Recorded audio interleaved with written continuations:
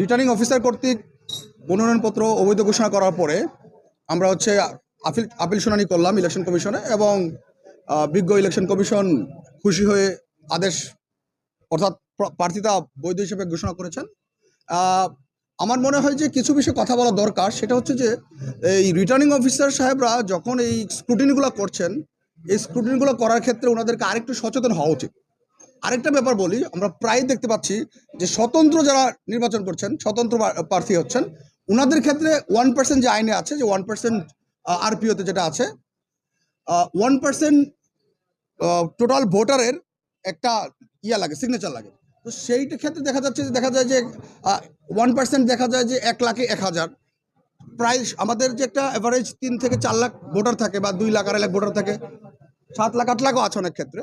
সেই ক্ষেত্রে দেখা যায় 4,000-5,000 ভোটারের একটা সিগনেচার লাগে। তো এইটা কালেক্ট করা এবং এই ভোটার সিগনেচার নেওয়ার পরে র্যান্ডম এখান থেকে 10% কি করা হয়, 10 ওখান থেকে র্যান্ডম 10 জনকে সিলেক্ট করে ওনারা হচ্ছে স্ক্রুটিনি করে সাধারণত। তো সেই ক্ষেত্রে দেখা যায় যে প্রায়ই ভোটারদেরকে যখন জিজ্ঞাসা করা হয়, যাদের সিগনেচার নেওয়া হয়েছে, তারা অনেক সময় অস্বীকার করেন।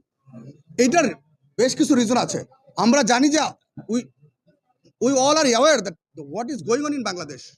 আমাদের এনভায়রনমেন্টটা কি, পলিটিক্যাল এনভায়রনমেন্টটা কি, এখানে ভয়ভীতির একটা সংস্কৃতি আছেই, এটা আমরা সবাই জানি। তো দেখা যায় যখন স্বতন্ত্র প্রার্থী থাকেন, তাদের জনপ্রিয়তার কারণে তারা স্বতন্ত্র প্রার্থী হন।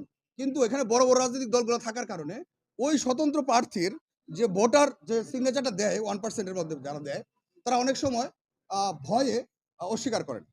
তো সেই ক্ষেত্রে আমরা যেটা পরবর্তীতে করি, বিজ্ঞ ইলেকশন কমিশন আপিল আসে, এফিডেভিট করে আবার সিগনেচার নিয়ে ওনাদেরকে উপস্থিত করে আমাদেরকে এটা সত্যতা প্রমাণ করতে হয় এবং সেই ক্ষেত্রে দেখা যায় যে পরবর্তীতে প্রার্থীতা আবার বৈধ হিসেবে ঘোষণা করা হয়। আজকে আমি 2 জন ভদ্রলোকের প্রার্থীতা বৈধ হিসেবে ঘোষণা করাইলাম, ইলেকশন কমিশন অর্ডার দিয়েছেন। এখন কথা হচ্ছে যে এই স্ক্রুটিনিটি থেকে আরেকটু যদি প্রসিডিউরাল ক্ল্যারিটি আসে, আরেকটু যদি ট্রান্সপারেন্সি আসে এবং এই ব্যাপারগুলো যদি হচ্ছে আরেকটু সচেতনতার সাথে দেখা হয়, তাহলে হয়তোবা ইলেকশন কমিশনে এত পরিমাণ আপিল আসবে না এবং দেখা যাবে যে আমরা সবাই জানি যে we all R aware that যে ইটস এ ফান্ডামেন্টাল রাইটস আমাদের, যে আমরা রাষ্ট্রের জনগণ হিসাবে, আমাদের রাষ্ট্রের জনগণ হিসেবে ভোট দেওয়া এবং প্রার্থী হিসেবে ইয়েতে আসা, যে ইলেকশনে কন্টেস্ট করা, এটা আমাদের একটা অধিকার, কনস্টিটিউশনাল রাইটস এটা আমরা বলে। আরেকটা ব্যাপার বলি, আমি আরেকটা জিনিস আরেকটা নোটিস করেছি, সেটা হচ্ছে যে প্রায়ই দেখা যাচ্ছে যে ডুয়াল সিটিজেনশিপ যেটাকে বলা হয়, দ্বৈত নাগরিকত্ব, এই ইস্যুটা নিয়ে আমাদের হচ্ছে আজকেও দেখলাম বেশ কিছু